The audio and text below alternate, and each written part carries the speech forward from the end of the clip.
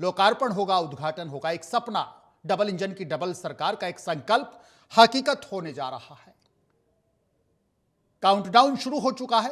प्रदेश के मुख्यमंत्री खुद पहुंचते हैं पचपदरा। तैयारियों का जायजा यहां पर लेते हैं। भाग्य रेखा साबित होगा रिफाइनरी का यह उद्घाटन। वरुधा के लिए सौगातों का दिन होगा।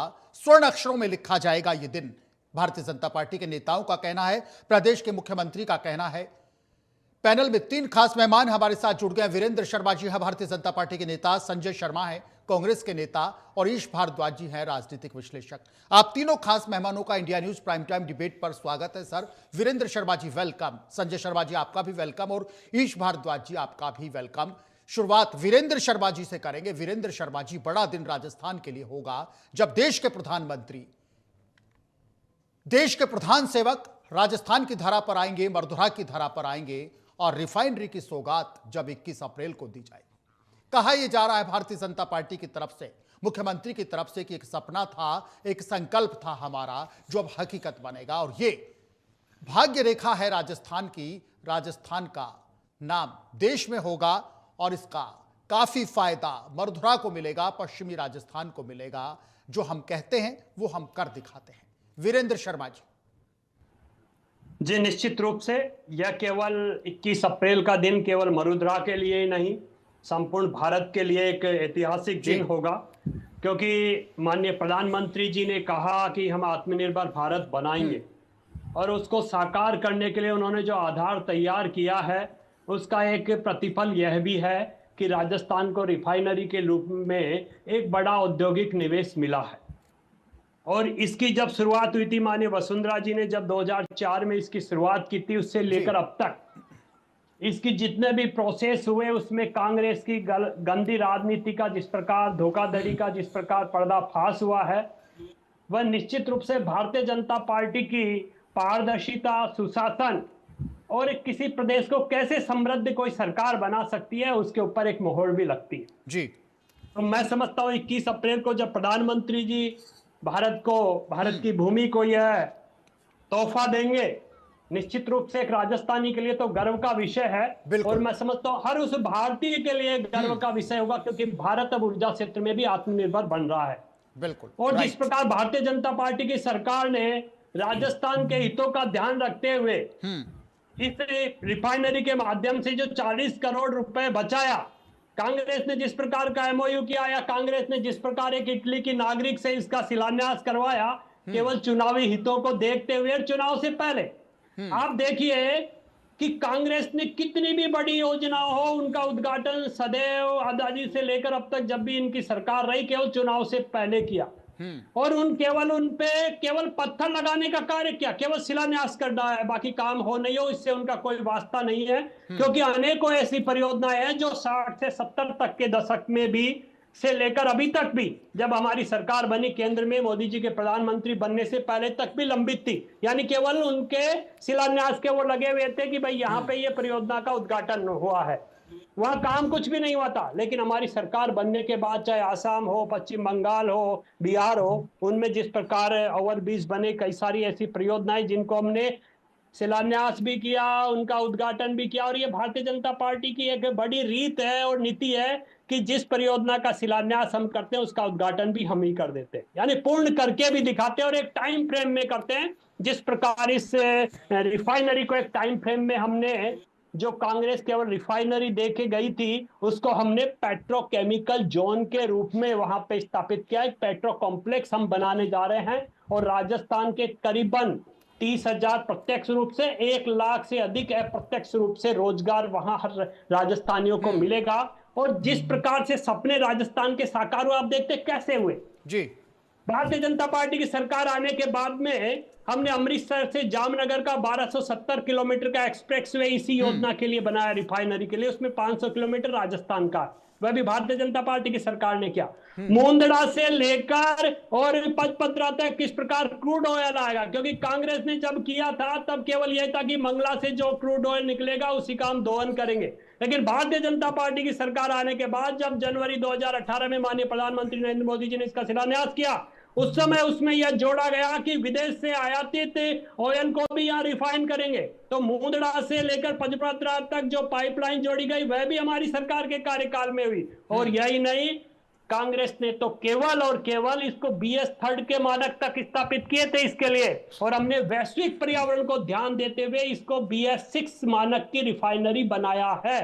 और यही नहीं, हमारी सरकार आने के बाद वहां 2 नए रिको हमने प्रारंभ करवा दिए, जिनके माध्यम से पेट्रोकेमिकल्स के जो 26 अनेकों प्रकार के प्रोडक्ट्स आएंगे उस पर भी कार्यवाही होगी। नहीं, राजस्थान में MSME का एक बड़ा बूम अब स्टार्ट होने जा रहा है। और ये कैसे संभव हो गया? क्योंकि हमारी सरकार के जो नेता है माननीय भजन लाल जी, हमारी सरकार के जो केंद्रीय नेता है माननीय नरेंद्र मोदी जी, उनकी नीति और उनकी रीति सही नहीं है। कांग्रेस की तरह नहीं, बिना किसी MOU के शिलान्यास करवा दिया, बिना किसी भूमि के लिए, जमीन की कोई लीज डीड वगैरह कुछ नहीं हुई, बिना उसके ही शिलान्यास करवा दिया। और यहां तक देखिए, बिना पर्यावरणीय स्वीकृति के वहां पे शिलान्यास करवा दिया। शिलान्यास करने वाला भी कौन? जिसका कोई संवैधानिक अधिकार जिसके पास नहीं है, केवल और केवल राजनीतिक रूप से इटली की नागरिक को वहां ले जाकर शिलान्यास। इटली की नागरिक। ठीक है वीरेंद्र शर्मा जी, मैंने मेरे राजनीतिक जीवन में इतनी बड़ी परियोजना, ऐसी परियोजना जो किसी राज्य की समृद्धि का प्रमुख आधार बनने वाली हो, निश्चित रूप से जो भारत को आत्मनिर्भर बनाने वाली हो, उसके पीछे इतना राजनीतिकरण करना अगर कोई किसी को सीखना है तो कांग्रेस से सीखो। और यही नहीं, ठीक है, जवाब लेते हैं ऐसा क्यों करते हैं? ऐसा क्यों करते हैं? और जवाब लीजिएगा, संजय जी से जवाब लेंगे, ऐसा क्यों करते हैं? नहीं, इस रिफाइनरी के कारण ही हेमाराम जी का इस्तीफा हुआ था, जो कांग्रेस के ठीक है। लीडर थे। संजय शर्मा जी से जवाब लेंगे, ऐसा क्यों करते हैं? ठीक है वीरेंद्र जी, ठीक है, संजय शर्मा जी से जवाब लेंगे। संजय शर्मा जी, वीरेंद्र जी कहते हैं डबल इंजन की डबल सरकार है, जो कहा वो कर दिखाया, जिस स्पीड से हमने काम किया। विकास के नए द्वार राजस्थान में खुलेंगे, हमारा राजस्थान समृद्धशाली राजस्थान होगा। और जब 21 अप्रैल की वो तारीख आएगी तो स्वर्ण अक्षरों से वो दिन लिखा जाएगा, राजस्थान पूरे देश में गौरवान्वित होगा। लेकिन ये जो कांग्रेस है ना, ये बड़ी गंदी राजनीति करती है। विपक्ष को विकास नहीं चाहिए का कि हमारा राजस्थान समृद्धशाली राजस्थान हो, हम सब गौरवान्वित हो। संजय शर्मा जी, इस पर भी राजनीति, जब राजस्थान में इतना बड़ा दिन होगा, सबसे बड़ा दिन होगा राजस्थान में उपलब्धियों के लिहाज से, उस पर भी राजनीति। PM क्यों आ रहे हैं, ऐसा क्या किया, सब कुछ तो हमने कर दिया था, इन्होंने क्या किया? संजय शर्मा जी। बहुत बहुत आभार सर आपका समय देने के लिए जी। आपने अपने इंट्रो में बताया कि सपना साकार होने वाला है, राजस्थान की मरुधरा पर चमत्कार होने वाला है। बहुत अच्छी बातें आपने कही। हमारे बीजेपी के साथी प्रवक्ता तो कांग्रेस पर निबंध ही बोलते रह गए, कांग्रेस के बारे में ही बोलते रह गए, मूल सवाल से बहुत भटक गए थे। और सबसे बड़ी बात, विवादास्पद बात, कंट्रोवर्शियल बात 2 बार बोल गए, आपने टोका भी नहीं। इटली की महिला, इटली की महिला, नहीं, मैंने पूछा इटली की नागरिक, महिला नहीं, महिला शब्द गलत हो जाए। चलो कोई बात थोड़ा सम्मानजनक नागरिक कर लेते। इटली की नागरिक 2 बार उन्होंने रेफरेंस दिया वीरेंद्र जी ने। आप देखिए, इटली की नागरिक जिनका ये हवाला दे रहे थे, वो यूनाइटेड प्रोग्रेसिव अलायंस जो था UPA का, उसकी चेयरपर्सन थी, है ना।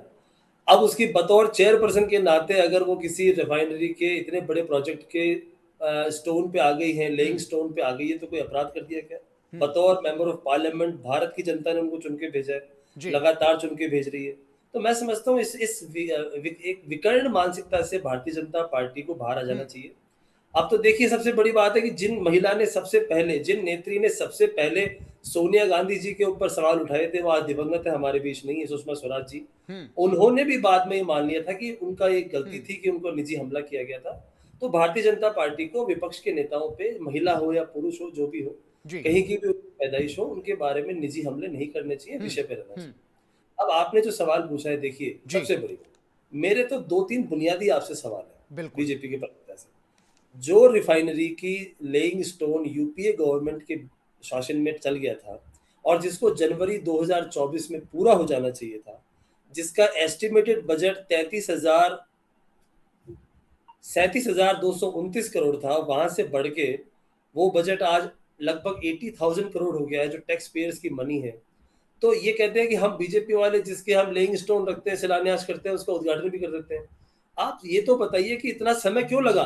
क्योंकि देखिए, जब हमने इसका उद्घाटन किया था, उसके बाद से केंद्र में UPA गवर्नमेंट नहीं आई। तब से केंद्र में संजय शर्मा जी, गवर्नमेंट संजय ही शर्मा जी, है। आपने और सवाल पांच दागा, और 5 आपने साल के सवाल बाद में दागा, राज्य संजय में भी शर्मा जी, शासन आपने बीजेपी सवाल का आ दागा, गया। इतना समय क्यों लगा? समय इसलिए भी तो लगा, जैसा भी वीरेंद्र जी कहते हैं कि अपग्रेडेशन क्या हुआ, आप ये तो देखिए हमने कहां से कहां तक पहुंचाया, समय इसलिए लगा। मैं वही कह रहा हूं कि जब आप इतनी बड़ी सरकार होने का दम भरते हैं, जब आप इतना बड़ा आप कागजों में बातें करते हैं कि हमने ये कर दिया, हमने वो कर दिया, तो मेरे ख्याल से इतना बड़ा प्रोजेक्ट नहीं है सो कॉल्ड बीजेपी सरकार के लिए। हाँ। मोदी जी जो अपने आप को बहुत बड़ा नेता बताते हैं, सब विश्वगुरु मानते हैं। देखिए कायदे की बात यह है, कोई भी प्रोजेक्ट चाहे छोटा हो या बड़ा, अगर वो स्टार्ट होने के बाद में इतना समय ले रहा है, जी। जिसमें पब्लिक एक्सचेकर का पैसा बढ़ गया है, तो ये सवालों के घेरे में आएगा। बतौर कांग्रेस का एक मेंबर होने के नाते, बतौर राजस्थानी होने के नाते, ये मेरे लिए भी बहुत प्रसन्नता की बात है कि हमारे देश के प्रधानमंत्री 21 अप्रैल को आएंगे और ये सपना जो सपना ही बन के रह गया था, ये साकार होगा। पर इसके परे एक बात और है कि ये कॉस्टिंग जो बड़ी है, ये जो इतना इंतजार करना पड़ा है, और जो ये भाजपा की ये रीति नीति है कि हमेशा कोसते रहो सामने वाली पार्टी वालों को, ऐसा नहीं चलता है। आपको ब्लेम खुद पे लेना पड़ेगा। सरकार में आप हैं, यहाँ भी और वहां भी, और केंद्र में तो आप ही हैं। आप देखिए ना, 2014 से केंद्र में आप हैं, आप जी। लगातार सत्ता को एंजॉय कर रहे हैं। उसके बाद आप कांग्रेस को याद कर रहे हो, ये कांग्रेस ने किया। मुझे कई बार ऐसा लगता है, मैं कई डिबेट्स में कह चुका हूँ जी। कि मुझे लगता है ऐसा है कि यहाँ पे कांग्रेस गवर्नमेंट चल रही है अभी। आएंगे वीरेंद्र जिस जी, तरह आएंगे से आपके पास। जिस तरह से भाजपा के प्रवक्ता लगातार ये कहते हैं कि कांग्रेस ने ये कर दिया, कम कर दिया। अरे भाई, आप सरकार में हैं, सवालों के घेरे में आप आएंगे। और मैं अभी भी कह रहा हूँ, ये जो सेरेमनी कर रहे हैं 21 अप्रैल को जो फंक्शन हो रहा है, मैं तो कहता हूँ भगवान इनको ताकत दे, इनको सद्बुद्धि दे कि ये जो इनका एस्टिमेटेड टाइम है पूरा करने का, इसको पूरा कर दें। कहीं ऐसा ना हो कि 2028 के विधानसभा चुनाव से पहले मोदी जी यहाँ पे आए और फिर ये कहे कि हमें वोट दे दो, हमें जितवा दो, हम रिफाइनरी शुरू कर देंगे। क्योंकि होता यही है, हर चुनाव से पहले रिफाइनरी का मुद्दा बीजेपी बनाती है। बीजेपी कभी ऐसा नहीं कहती कि हम इतना देर से और क्यों जाके कांग्रेस, हम इतना कांग्रेस पीछे कांग्रेस चल क्या रहे करती हैं। है? संजय शर्मा जी, कांग्रेस नहीं बनाती क्या? जी। ऐसे मुद्दे कांग्रेस नहीं बनाती, ठीक है। ईश भारद्वाज जी हमारे साथ में मौजूद हैं। ईश भारद्वाज कांग्रेस जी। बनाती है सर, पर हाँ। कांग्रेस सवालों के घेरे में क्यों है कि कांग्रेस गवर्नमेंट में नहीं है ना। बिल्कुल हम तो बिल्कुल बतौर नहीं। विपक्ष जनता को नैरेटिव देते हैं कि हमारी सरकार आने दो, जो काम हमने शुरू आएंगे किया था पूरा वीरेंद्र जी, करेंगे। आएंगे। पर पहले ये तो पहले सरकार ईशी के में पास है अभी। चलेंगे, पहले ईशी इनकी के पास जवाबदेही चलेंगे, तो फिर तय करनी वीरेंद्र चाहिए शर्मा ना। जी के पास आएंगे। ठीक है संजय शर्मा जी। जी, ईश जी। भारद्वाज जी, वीरेंद्र जी कहते हैं डबल इंजन की सरकार है, डबल स्पीड के साथ हम लोग काम कर रहे हैं, केंद्र का पूरा सहयोग मिल रहा है, और राजस्थान के जो मुख्यमंत्री हैं, जिस तरीके से पूरी संवेदनशीलता के साथ राजस्थान में विकास ऊंचाई पर है, एक बड़ी हाइट पर है। कांग्रेस ने कभी कल्पना भी नहीं की होगी उस थॉट की, उस विकास के कामों की, जो आज राजस्थान में ग्राउंड पर दिख रहा है। संजय शर्मा जी ये कहते हैं लंबा टेन्योर ये लोग खेलते हैं, 2014 से हैं, इतना काम नहीं जितना हल्ला जाता है।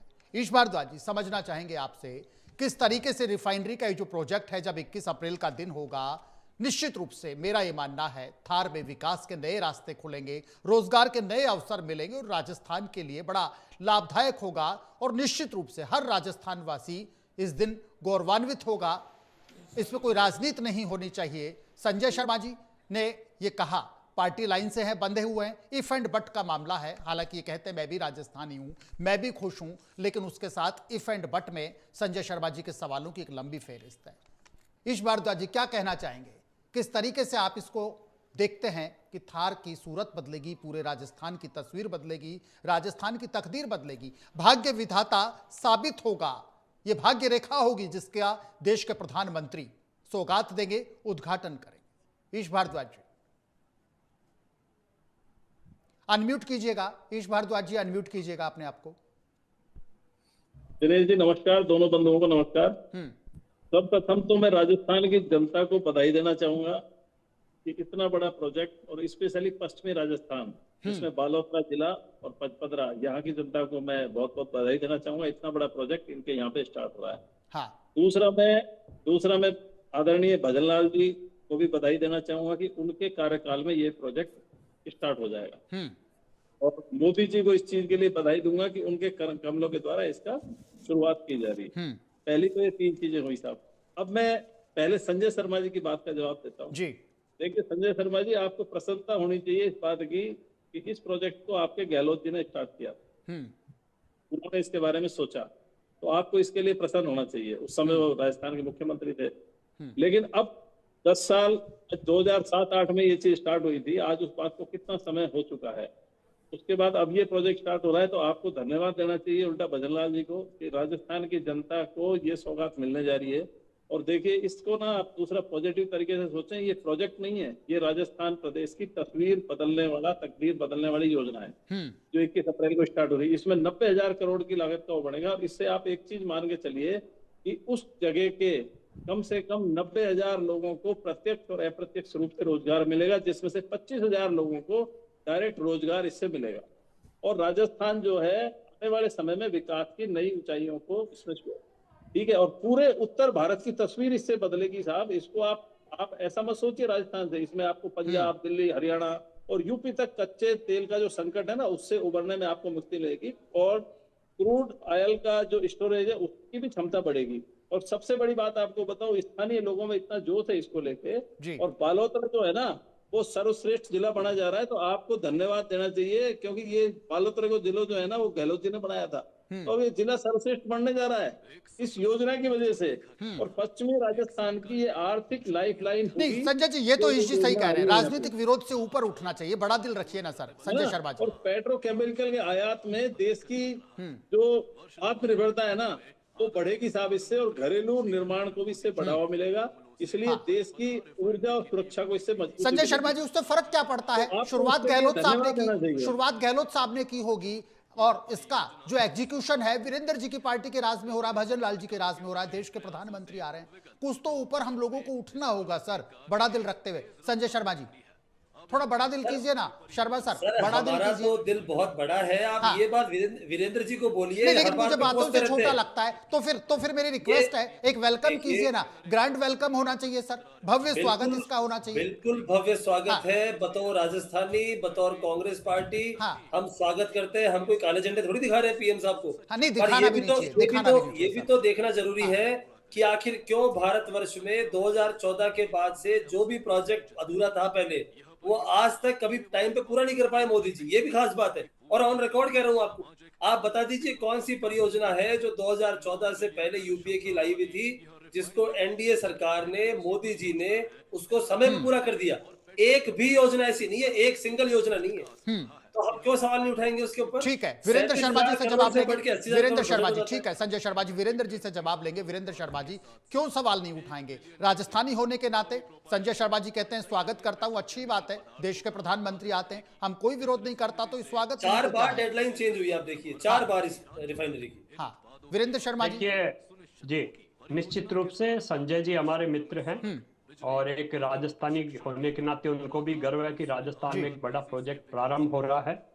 लेकिन जिस प्रकार से एक राजनीतिकरण किया गया, मैंने पहले भी आपके इसी चैनल पे कहा था कि झूठ का पर्दाफाश, वो इसीलिए कहा गया था क्योंकि ऑन रिकॉर्ड अभी संजय जी ने कहा कि इसका बजट वह हमने बढ़ाया। लेकिन मेरे मित्र संजय जी, मुझे डेट भी याद है, 2 जून 2023, जब राजस्थान में कांग्रेस की सरकार थी, तब इसका बजट 72,937 करोड़ कांग्रेस की सरकार ने किया था। भारतीय जनता पार्टी की जब सरकार थी, जब एमओयू हुआ एचपीसीएल के साथ, तब इसका बजट केवल 43,129 करोड़ था। और जब इसका बजट बढ़ा 2 जून 2023, तब कांग्रेस की सरकार थी और बजट बढ़ाकर किया गया 72,937 करोड़ जी। तो सर आप रिवाइज करके बजट कम कर दीजिए। रिवाइज करके बजट कम कर दीजिए। वो मत कीजिए संजय जी, आप पूरी टेक्निकल सब्जेक्ट को समझिए। मैंने क्यों कहा पारदर्शिता के साथ किस प्रकार भारतीय जनता पार्टी काम करती है। जब हमारी सरकार आई पुनः राजस्थान में, तो एचपीसीएल ने पुनः प्रस्ताव दिया बजट बढ़ाने को लेकर, जो कांग्रेस ने दिया था 72,937, उससे भी ज्यादा बढ़ाने के लिए दिया। लेकिन देखिए किस प्रकार पारदर्शिता के साथ भारतीय जनता पार्टी की भजनलाल जी की सरकार ने कार्य किया कि मैकॉन इंडिया लिमिटेड एक कंपनी है, भारत सरकार का एक बड़ा उपक्रम है जो बड़ी योजनाओं पे कार्य करता है, उसके साथ मिलकर हमने एमओयू एनालिसिस करवाया कि वास्तव में ये बजट बढ़ने लायक है या नहीं है। जब मैकॉन इंडिया लिमिटेड की रिपोर्ट आई, उसके बाद ही हमने केंद्र सरकार को बजट बढ़ाने के लिए आग्रह किया, वह भी तब जब केंद्र कांग्रेस की सरकार पहले ही 72,000 करोड़ कर चुकी थी। तो मेरे मित्र संजय जी, ये कार्य हमने नहीं किया, ये कार्य कांग्रेस की सरकार ने किया था। 72,000 करोड़ कांग्रेस की सरकार ने किया, भारतीय जनता पार्टी की सरकार ने उस पे 40,000 करोड़ रुपए बचाए हमारे प्रदेश अध्यक्ष बार बार आपको बता चुके हैं, पूरी जनता को बता चुके हैं, और पूरी जनता जानती भी है कि राजस्थान का 40,000 करोड़ अगर किसी ने बचाया तो भारतीय जनता पार्टी की सरकार ने बचाया। और उसके साथ साथ एक विषय समझिए जी, कोई भी बड़ी परियोजना होती है उसके लिए भूमि अधिग्रहण पहले हो जाता है, वित्तीय स्वीकृतियां उसकी पहले हो जाती है, उसके एमओयू पहले हो जाते हैं, उसकी पर्यावरणीय स्वीकृतियां पहले हो जाती है। आखिर कांग्रेस की ऐसी क्या मजबूरी थी जिसके कारण ये तीनों ही कार्य शिलान्यास से पहले नहीं हुए थे? और यही नहीं, आप देखिए इसके बाद जब कांग्रेस की पुनः राजस्थान में सरकार आई, 2013 में इनके मंत्री ने इस्तीफा दिया था, हेमाराम चौधरी जी ने, इसी प्रकरण के लिए, जब लीलाला से पचपदरा रिफाइनरी का परिवर्तन कर दिया गया था, स्थान परिवर्तन। और जब आपकी पुनः सरकार आई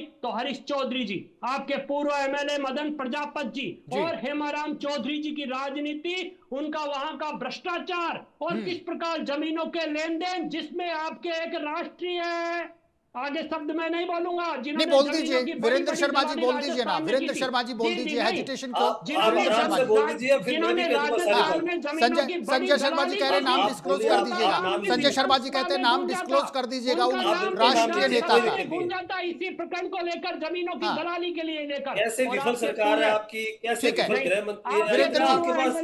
वीरेंद्र जी के पास अगर इतना सबूत है तो गृह मंत्रालय क्यों सो रहा है? कुंभकर्ण की नींद में क्यों सो रहा है गृह मंत्रालय आपका? कार्रवाई करो। आप ऑन एयर अगर इतनी बात कह रहे हो वीरेंद्र जी, तो आप कार्रवाई क्यों करते हो? हेमाराम जी और गहलोत जी की क्यों नहीं बनती है? क्योंकि ये रिफाइनरी में जो राजनीति हुई, वीरेंद्र जी कायदे से आपको अभी इस डिबेट के बाद सीएमआर जाना चाहिए, भजनलाल जी को सारे कागज देने चाहिए। ठीक है वीरेंद्र शर्मा जी, संजय शर्मा जी से जवाब लेते हैं। संजय शर्मा जी एक बड़ा एलिगेशन लगाते हैं, वीरेंद्र शर्मा जी बड़ा एलिगेशन लगाते हैं कि जब कांग्रेस की सरकार थी, राजस्थान में, संजय शर्मा जी सुनिएगा, वीरेंद्र शर्मा जी कहते हैं जब राजस्थान में कांग्रेस की सरकार थी, ठीक है सर आपका सवाल नहीं सुन पा रहा हूं। हाँ मैं रिपीट करता हूं, वीरेंद्र शर्मा जी रुकिएगा प्लीज, ठीक है 2023 की डेट अवश्य ध्यान रखिए। ठीक है वीरेंद्र शर्मा जी प्लीज। संजय शर्मा जी, अभी वीरेंद्र जी ये कहते हैं जब कांग्रेस की सरकार थी, जब उन दिनों में अशोक गहलोत साहब राजस्थान के मुख्यमंत्री थे, और फिर तीसरा जो पंच वीरेंद्र जी ने मारा, भ्रष्टाचार का साम्राज्य था। इसका जवाब देता हूं संजय शर्मा जी, भ्रष्टाचार का बोलबाला था राजस्थान में गहलोत साहब के शासन में। रिफाइनरी उस समय उसी की भेंट चढ़ी, आपसी लड़ाई की भेंट चढ़ गई। रिफाइनरी राजस्थान का ये ड्रीम प्रोजेक्ट पूरा तो अब हम कर रहे हैं, क्योंकि इनके राज में भ्रष्टाचार था, इनके राज में अंतर कलह था। अधिग्रहण नहीं कर पाए, हाँ भूमि अधिग्रहण तक नहीं कर पाए थे। एक ही बात पे जवाब दूंगा, ठीक है जवाब लेते हैं संजय शर्मा जी से एक ही वाक्य में। हाँ देखिए इन्होंने अभी हमारे कुछ विगत विधायकों के नाम लिए और एक नाम लेने से चूक गए, ले लेते तो भी कोई दिक्कत नहीं थी। मैं इतना सा कह रहा हूँ कि राजस्थान के गृह मंत्री जी भजनलाल जी हैं, उनके पास गृह मंत्रालय है, और अपने अमित शाह साहब जो है वो सबसे बढ़िया गृह मंत्री है इनके हिसाब से आज तक के भारत में। तो अगर इनके पास जानकारी है वीरेंद्र जी के पास, तो इस डिबेट के बाद में इनको सीएमआर जाना चाहिए, कागज देने चाहिए ताकि कार्रवाई करो। यहाँ बैठ के ऑन एयर मसाला बना दिया, वो था नाराज, ये नाराज था, वो इस्तीफा। नहीं, इन सवालों को कई बार जवाब आता है। संजय शर्मा जी ये कहते हैं कार्रवाई लगातार जारी है, जांच लगातार जारी है। देखिएगा महेश जोशी के बाद, महेश जोशी जी के बाद सुबोध अग्रवाल जी कहा, महेश जोशी जी के बाद सुबोध अग्रवाल जी कहा, ये कहते हैं जिन्होंने भ्रष्टाचार किया भजन राज में सबका नंबर लगेगा। इस्तीफा दीजिए, आपको कोई अधिकार नहीं है। जो इन्होंने कहा कि बजट किसने अगर आपके पास सारी बातें हैं। और देखिए दूसरी बात, बजट किसने बढ़ाया, मैं आपको बताऊं, एक देखिए इस पचपदरा रिफाइनरी को 4 बार इसका डेडलाइन शिफ्ट हुई है, 4 बार। बहुत इंपॉर्टेंट बात कह रहा हूँ। 2022 में हुई है, उस वक्त कांग्रेस गवर्नमेंट थी। 2024 में जब भजनलाल जी आगे थे, 2025 में, और अब तो एक बार अगर हमारे राज में इसकी आगे बढ़ी है तो 3 बार इनके शासन में आगे बढ़ी है। मैं आपसे रिपीटेडली वही कह रहा हूँ, मैं आपको वही कह रहा हूँ, क्यों ऐसा होता है कि भारत में कोई भी प्रोजेक्ट भारतीय जनता पार्टी समय पे पूरा नहीं कर पाती है, और चुनावी रोटी सेकने के लिए सारे मंत्री, सारे मुख्यमंत्री, प्रधानमंत्री रैलियां करते हैं, जनता को झूठ बोल जाते हैं। आप कोई प्रोजेक्ट तो पूरा कीजिए सर। जयपुर मेट्रो की हालत देखिए, जयपुर मेट्रो का अभी कुछ टाइम पहले आपने जयपुर मेट्रो का सेकंड फेज स्टार्ट किया है। ऐसा कोई प्रोजेक्ट नहीं है जो आप टाइम पे पूरा कर पाते हो। अकाउंटेबिलिटी से आप दूर भागते हो और जनता को गुमराह कर देते हो कांग्रेस में। आप वीरेंद्र जी 2013 की बातें आप कर रहे हैं, कमाल है। 26 चल रहा है, आप आज की बातें कीजिए ना,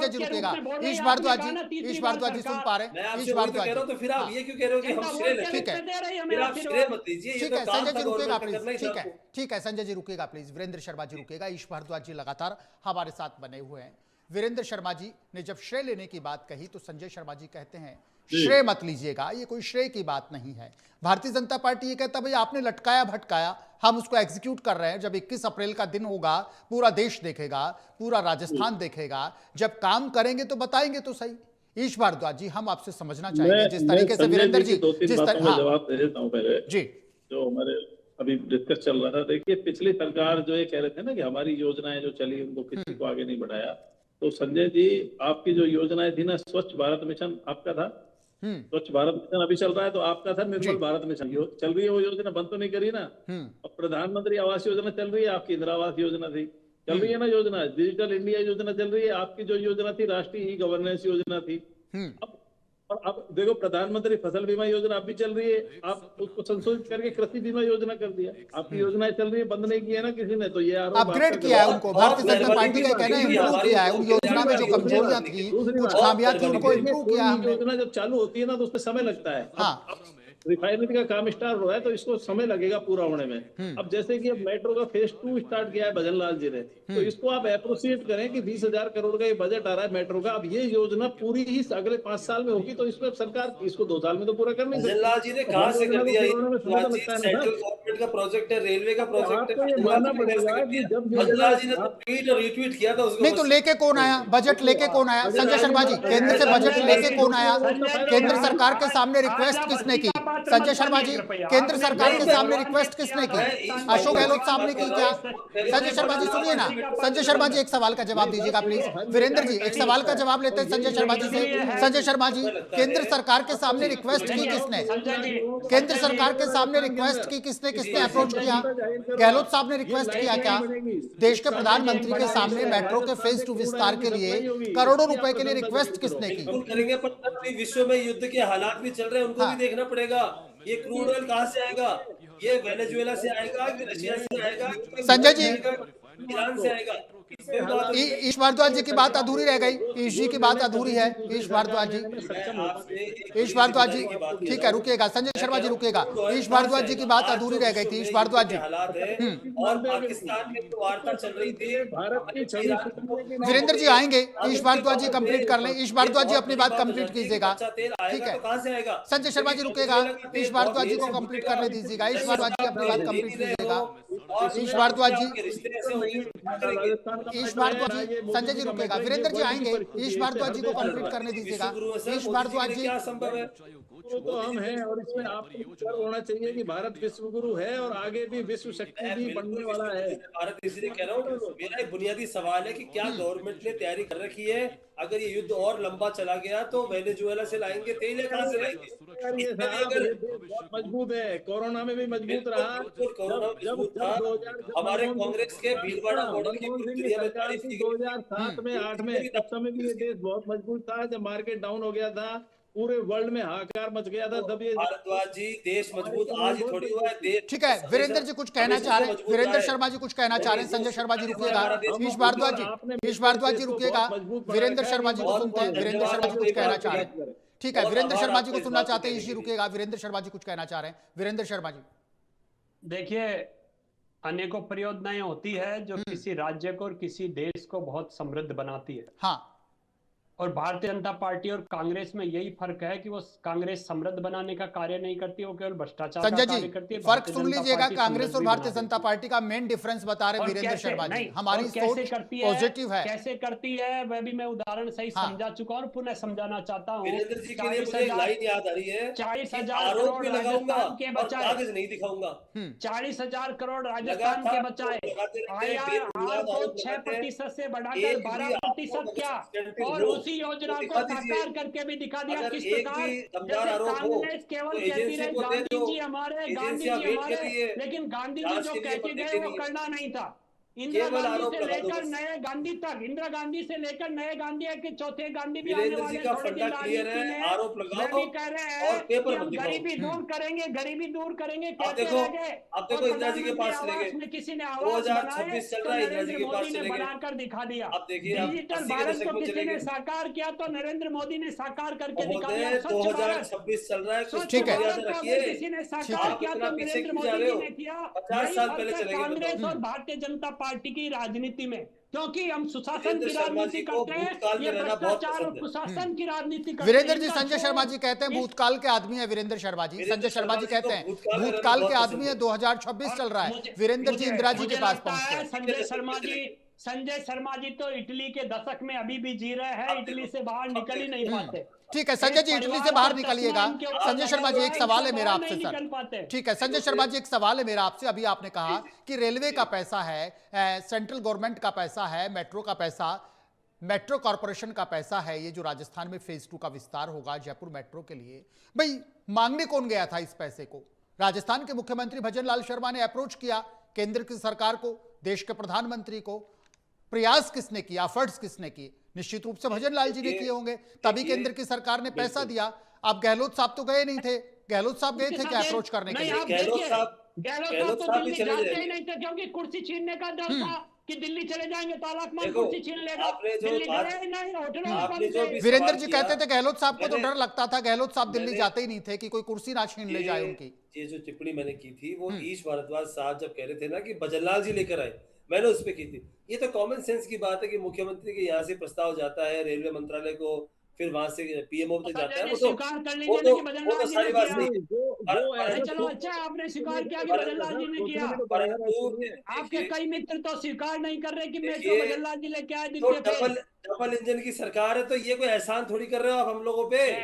चलो आप अच्छा सरकार, हुआ आपने, आप सत्ता को एंजॉय हम कर तो रहे हो। नहीं कह रहे डबल इंजन, एहसान ट्रिपल किया, इंजन, लेकिन सारे हमने इंजन ये आपके, स्वीकार किया है सारे कि इंजन आपके। जयपुर में मेट्रो फेज 2 का पूर्ण रूप से कार्य अगर आज किसी का- ने किया, भजन लाल आज जी का ने किया, विषय मेट्रो पे साकार नहीं कर है, दिया उसको। विषय पे रहते हैं। रिफाइनरी भी आज का- साकार कर दी और मेट्रो भी साकार कर रहे आज हैं। का विषय जो है वो पचपदरा रिफाइनरी पे है।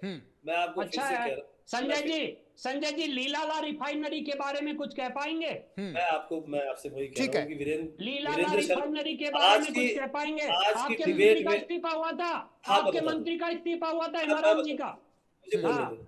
वो बता दीजिए कृपया। वीरेंद्र शर्मा जी का जो आज का डिबेट है, इसमें इनकी जो एक छवि निकल के आई है, एक तो इनको भूतकाल में रहना बहुत पसंद है। देखिए 70 का दशक, शानदार। 80 का दशक बहुत पसंद है। मेरे ख्याल से इतनी उनकी आयु नहीं है तो बाल तो वाइट हो जाते हैं। ये युवा साथी है हमारे, पर इनको पता नहीं क्यों पीछे की बात ज्यादा याद आ रही है। और क्योंकि दूसरी- मुझे डबल कलर करना पसंद नहीं। मैं भारतीय जनता पार्टी की तरह एकदम पारदर्शी हूँ, जो है वो दिखता है। ये अच्छा व्यंग्य संजय मैं शर्मा जी, नहीं सुनिएगा। करता। डबल चेहरे डबल कलर मुझे पसंद नहीं है। भारतीय जनता पार्टी की सिपाही हूं और मैं एक रंग में, जैसा मैं हूं साफ सुथरा वैसा रहना चाहता हूं, जैसी हमारी पार्टी है वैसा रहना चाहता हूं। डबल चेहरे डबल कलर मुझे पसंद नहीं सर। संजय जी, ये डिबेट इस मायने में बहुत अच्छी रही। अपनी मुझे बात अच्छा पूरी लगा कि संजय जी ने एक गर्व महसूस किया कि राजस्थान के लिए गर्व का विषय, तो मैं समझता हूँ बिल्कुल होना कि चाहिए इस सर। डिबेट के इस डिबेट के माध्यम से राजस्थान की जो राजनीति का स्वरूप रहा है, एक सकारात्मक राजनीति, तो मैं समझता हूँ अगर संजय शर्मा जी की तरह है, अगर कांग्रेस के प्रदेश अध्यक्ष जी और भी नेता जो भी है इसी प्रकार स्वीकार करें कि एक सकारात्मक राजनीति हो जिससे राज्य का विकास हो, तो निश्चित रूप से राज्य और देश दोनों का विकास हो। इस बात का पक्षधर हूँ कि सरकारों को कंस्ट्रक्टिव क्रिटिसिज्म करना चाहिए। अगर कोई आलोचना भी की जा रही है तो उसके पीछे आधार होना चाहिए। बिना बात चिल्लाना, गला फाड़ना और तू में करना, उससे बाहर निकलना चाहिए। मेरा सिर्फ एक ही सवाल है बुनियादी, और विपक्ष को भी बड़ा दिल रखना चाहिए। विपक्ष को भी बड़ा दिल रखना चाहिए। विपक्ष के पास तो काम ही क्या है उसका रखने के अलावा? विपक्ष क्या कर सकता है बेचारा? विपक्ष देखिए, तो गहलोत जी को भी समझाइए थोड़ा। वीरेंद्र जी कहते हैं गहलोत साहब को, जूली साहब को भी समझाइएगा। विपक्ष का जो स्पेस है वो इतना लिमिटेड है कि विपक्ष को अपनी बात भी रखनी है जनता के सामने और सरकार की आलोचना भी करनी है इस तरह से कि सरकार काम करे जी। कोई व्यक्तिगत तो हमले हम करते नहीं है भजनलाल जी पे या किसी और पे, व्यक्तिगत तो कोई करता भी नहीं है, करना भी नहीं चाहिए। तो केवल सरकार की नीतियों को अगर कोई कमी है तो चाहे विधानसभा हो, चाहे बाहर हो, चाहे आपके मीडिया के सामने हो, हम इसीलिए उठाते हैं ताकि 8 करोड़ जनता का भला हो सके। और कोई अगर रिफाइनरी वाली स्कीम है या कोई भी स्कीम है उसमें कोई अगर कोताही बरती गई है तो उसका सच जनता के सामने आए। अब वीरेंद्र जी शर्मा जी अभी हमारे फिर से कह रहे थे कि वो ये रिफाइनरी उसमें इस्तीफा हुआ, ये हुआ। मैं आपसे कह रहा हूँ कि आप तुरंत जाइए और जांच कराइए ना। आप अपने कागजों को औरों को दिखाइए। नहीं, इस्तीफा तो आपके मंत्री ने दिया था, क्यों दिया था इस्तीफा कारण बताओ ना। देखो, इस्तीफा तो किरोड़ी जी पे देके बैठे हुए, इस्तीफा देने से मतलब नहीं, इस्तीफा तो कोई वो मंत्री तो देता इस्तीफा है दे ही किसी। दिया था, देखिए, इस्तीफा देना इस्तीफा किसी, दे ही दिया था। इस्तीफा इन्होंने दे दिया ना, अरे किरोड़ी जी और ने भी दे रखा है। नहीं, देखिए संजय जी, इस्तीफा दूसरी जब देना सरकार किसी बनी मंत्री आपकी, का खुद का दूसरी जब प्रेरोगेटिव है, सरकार बनी उससे आपकी आप तो जज हरीश मत कीजिए। चौधरी जी को मंत्री नहीं मेरी बनाया बात इसी मेरी कारण। बात सुनो। और हरीश मैं चौधरी जी के ऊपर वीरेंद्र आरोप जी, हमने नहीं इस्तीफा लगाए, देने हरीश से चौधरी कोई जी के ऐसी ऊपर बात आपके सामने नहीं कांग्रेस आती के है। नेता ने आरोप किसी लगाए। मंत्री ने इस्तीफा दिया तो उसके बहुत से कारण हो सकते हैं। हमारे किरोड़ी मीणा जी ने भी इस्तीफा दिया, हालांकि इस्तीफा मंजूर नहीं हुआ। उसके बाद से किरोड़ी जी बहुत, उनको अमित शाह जी ने कोई कार में कुछ बात कही होगी, उसके बाद उन्होंने इस्तीफे की बात भी नहीं करी, फिर वो छापा डालने लग गए। सब चीजें होती हैं। मेरा मेन इशू ये है कि संजय जी बतौर एक अपोजिशन, विषय बतौर एक विषय प्रिंसिपल और अपोजिशन, संजय जी, अगर रिफाइनरी का प्रोजेक्ट लगातार टालमटोली की गई है तो वो बीजेपी शासन में की गई ठीक है। है। और भाई मैं मैंने फिर से डेट कह भी रहा हूँ, बताई है ठीक मेरे है, मित्र, 21 ठीक है कांग्रेस अप्रैल संजय ने जी, रुकिएगा। 2026 को भी क्या कांग्रेस ने ऐसा ना हो जाए कि आने वाले कांग्रेस ने चुनाव में फिर से बीजेपी के जून लोग इसको 2023 मुद्दा बना ले, ठीक चुनावी है मुद्दा बना ले। संजय जी, रखिए। रुकिएगा। हम ठीक ये है वीरेंद्र बहुत जी, डरे आपके हुए पास इस आ रहे बात हैं। से ठीक है, रुकिएगा। संजय शर्मा जी, बीजेपी के रुकिएगा। लोग संजय शर्मा जी, रुकिएगा आके प्लीज। रिफाइनरी को इशू ठीक बनाते है हैं। संजय क्या Sharma ji, रुकिएगा budget please. Sense Virendra और जी, रिफाइनरी की कारण बात बजट बीजेपी बढ़ाओ, करना खत्म करेगी या नहीं 40,000 ठीक करेगी? है, करोड़ का ठीक या है विकास संजय ये शर्मा जी, राम ठीक है। मंदिर की तरह ये कांग्रेस के मुद्दा बन कारण गया हुआ है। कि चलाते रहो चलाते रहो? ठीक है, ये रुकिएगा। मुद्दा तीनों अपनी तीनों राम से मंदिर की रिक्वेस्ट तरह है, तो नहीं तीनों हो से गया रिक्वेस्ट है, कि रुकिएगा। जैसे आप पहले ठीक करते है, थे, मंदिर पता नहीं ठीक कब है बनाएंगे, संजय शर्मा तारीख जी, फिक्स रुकिएगा। संजय करेंगे। जी, एक बात आपसे पूछना चाहूंगा हाँ, मैं, ईश संजय जी आपके जी। पास आ रहे हैं। ईश जी देखो, आएंगे आपके पास, रुकिएगा। रिफाइनरी ईश आपकी भारद्वाज जी, 2010 से रुकिएगा। आप सारी बातें मेरे से स्टार्ट पूछ हुई। रहे हो, कुछ ठीक बातें है, बीजेपी वालों से ठीक है पूछो सर। संजय जी, 2018 रुकिएगा। से संजय शर्मा जी, ईश तेज भारद्वाज जी, आपकी रुकिएगा। सरकार थी। ईश भारद्वाज जी, रुकिएगा। फाइनल कमेंट्स का वक्त है, शुरुआत एक बार फिर फाइनल कमेंट्स की वीरेंद्र शर्मा जी से करेंगे। समय सीमा का मेरा एक स्पेशल रिक्वेस्ट है आप तीनों मेहमानों से, समय सीमा का विशेष ध्यान रखें। एक एक मिनट का समय आप तीनों सम्मानीय गेस्ट्स के पास। वीरेंद्र शर्मा जी, संजय शर्मा जी ये कहते हैं 21 अप्रैल की तारीख आप बार बार कहते हैं, ये तो बता दीजिए कि 21 अप्रैल को कुछ होगा या नहीं होगा। बड़ा दिल है विपक्ष का, देश के हित में, राजस्थान के हित में हर इस चीज का वेलकम होगा जो अच्छी चीजें होंगी, लेकिन अगर कोई कमी होगी तो विपक्ष सवाल भी पूछेगा। Virendra Sharma ji final comment please, 1 minute का समय है सर। भूतकाल की बात मत कीजिएगा निश्चित प्लीज, रूप आज की बात बताना, आज की। जी निश्चित रूप से रुकिएगा संजय जी, भारतीय रुकिएगा। जनता पार्टी को गर्व है इस रिफाइनरी को राजस्थान में स्थापित करने का, समृद्ध राजस्थान के लिए उस सपने को साकार करने का, क्योंकि हमने IIR को बढ़ाकर 6% से 12% किया।